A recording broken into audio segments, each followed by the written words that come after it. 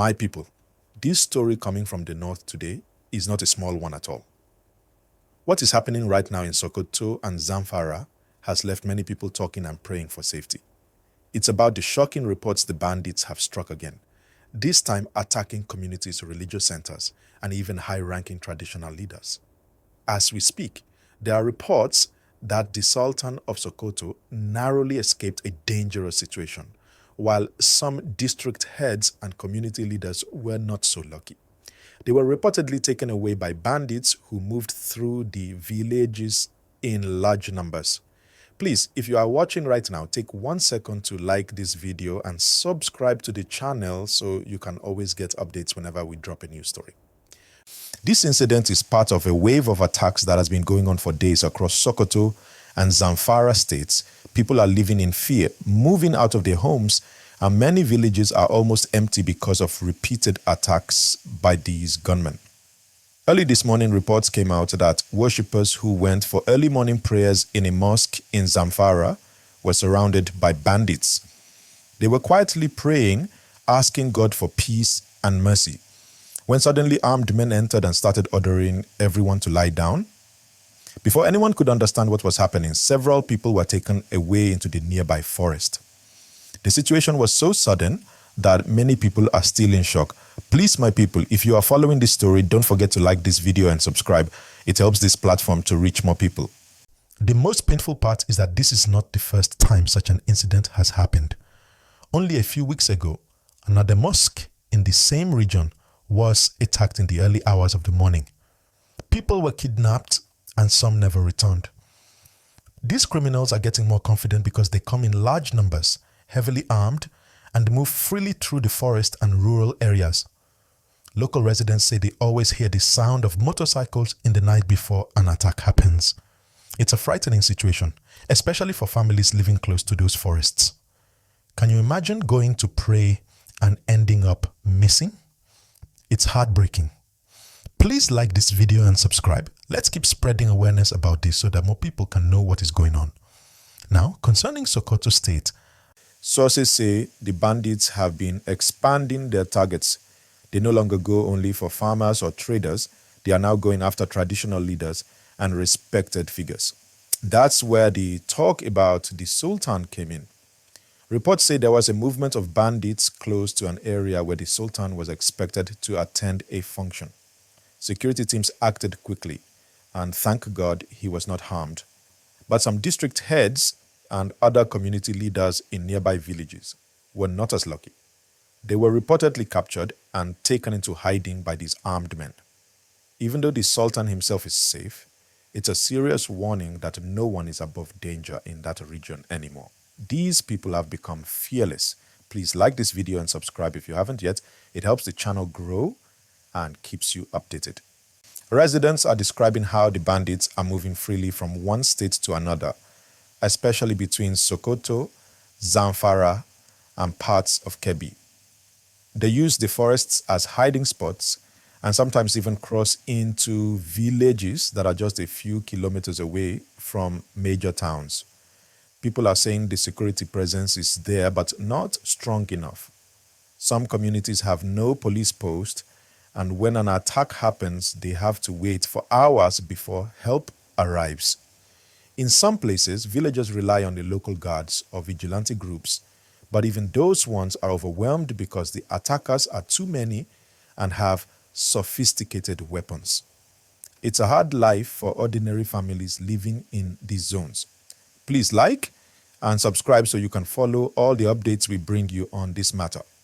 According to witnesses from Zamfara, when the gunmen stormed the mosque, they didn't just take the worshippers. They also went to nearby houses and picked people randomly. Women, men, even the elderly were among those taken. Some villagers tried to run, but the attackers blocked the main routes leading out of the community. After the operation, they went back into the forest with their captives. Relatives of the victims are now begging for government intervention. You can feel the pain in their voices when they talk about their loved ones. One man said his father was taken while leading prayer. Another said his two brothers were among those missing. Everyone is pleading for help. please like this video and subscribe, because your support keeps this platform alive so we can keep reporting these sad but important stories.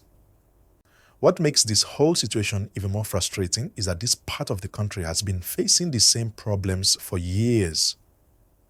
People are tired of hearing we are on top of the situation. They want real results. They want peace to return to their homes. Security agencies are trying their best, but the truth is that the problem is deeper.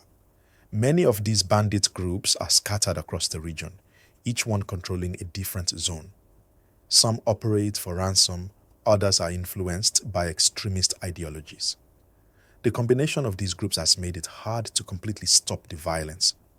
When one camp is destroyed, another one appears somewhere else. The forests give them perfect cover, and they move quickly between states. Please like this video and subscribe if you are still watching. It's free, and it helps us share the message further. In recent weeks, troops under different operations have been making efforts to push these criminals back. There were reports that some kidnappers were intercepted with money believed to be ransom, and several victims were rescued. Livestock and cash were recovered during military raids. But even with those achievements, people are still scared, because for every success story, there seems to be another attack somewhere else. Villagers are saying they need permanent protection, not temporary patrols that disappear after a few days. This situation is creating trauma in many communities. Some people have already moved to IDP camps, while others are still hiding in nearby villages. Children are out of school because their parents are afraid to let them walk far. Please like this video and subscribe so you don't miss the next update when new information drops. One heartbreaking story from Sokoto is about people who were trying to escape from a bandit attack and ended up losing their lives when the boat capsized. They were crossing a river, mostly women and children, when the boat hit a broken culvert and sank. Many are still missing. Imagine running away from danger only to meet another tragedy. That's the reality many Nigerians are living with right now in the north. It's not just about attacks. It's about survival, fear, and uncertainty every single day. Please like this video and subscribe. It takes 1 second, but it helps more people hear this reality. For those who might ask why these things keep happening, the reasons are many. Some of it is poverty. Some is lack of education. Some is the wide open forests that have become hiding places. There is also the problem of too many weapons in circulation. Some people also believe politics and corruption play a role. When people in power don't face consequences, others take advantage. But the truth remains that innocent people are the ones suffering the most. Farmers can't farm, traders can't travel freely, even those who go to pray are not safe anymore. We need serious coordinated efforts, not just words. Please like this video and subscribe. It encourages us to keep bringing you verified and balanced reports. The federal and state governments need to work hand in hand. Security forces need better equipment, and communities should be empowered to protect themselves safely under proper supervision. But we also need more intelligence gathering, stopping these attacks before they happen. Many citizens have ideas, but they don't have the channel to speak. That's why platforms like this one are important. We talk, we share, we analyze. We keep the issue alive until something changes. So if you are watching, please click that like button right now and subscribe to the channel, because together our voices matter. People are saying the abduction of traditional leaders shows how serious the threat has become.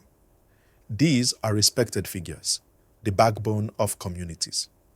When bandits start targeting district heads and religious leaders, it sends a dangerous message that nobody is safe and that authority no longer commands fear. But we cannot give up. Communities are beginning to form local peace committees. Some are reaching out for dialogue, others are praying daily for safety. Many are still holding on to hope that one day soon, these dark days will pass. Please like this video and subscribe so you can be part of this ongoing conversation as it unfolds. Some families are still waiting to hear from those abducted during the mosque incident. Days have passed and there's no communication yet. Normally, the kidnappers would call and demand ransom, but this time it seems they have gone silent, which makes relatives even more worried. The silence is heavy. Many people can't sleep, can't eat. They're just waiting for any word, any phone call. For those watching this, take a moment to pray for their safety. Please like this video and subscribe. It means a lot to this channel and helps us keep shining light on stories that need to be told. This crisis has also affected the economy of the North. Markets are closing early, transportation is being disrupted, and many traders are afraid to travel.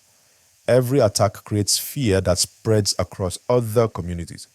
People are asking the government to declare a serious state of emergency on insecurity. They believe enough is enough. Everyone wants peace. Everyone wants stability. Please, if you are watching this far, hit that like button and subscribe to our channel for more detailed reports like this. At the end of the day, this is more than just another headline. It's about real people. People who just want to live in peace, farm their land, raise their children, and worship freely. We can only hope that the authorities take urgent action before this spreads further. The Sultan's escape, the abduction of district heads, the kidnapping of worshippers, all of these should be a clear warning that things need to change. The people of Sokoto and Zamfara deserve peace. Nigeria deserves peace. My people, please like this video right now and subscribe if you haven't. Every click helps us keep doing what we do, bringing truth in a simple, calm, and clear way. That's the situation so far. The details are still developing, and as we keep monitoring, we'll bring you every update that comes in verified and clear. Please like this video, subscribe, and turn on notifications so you don't miss the next one.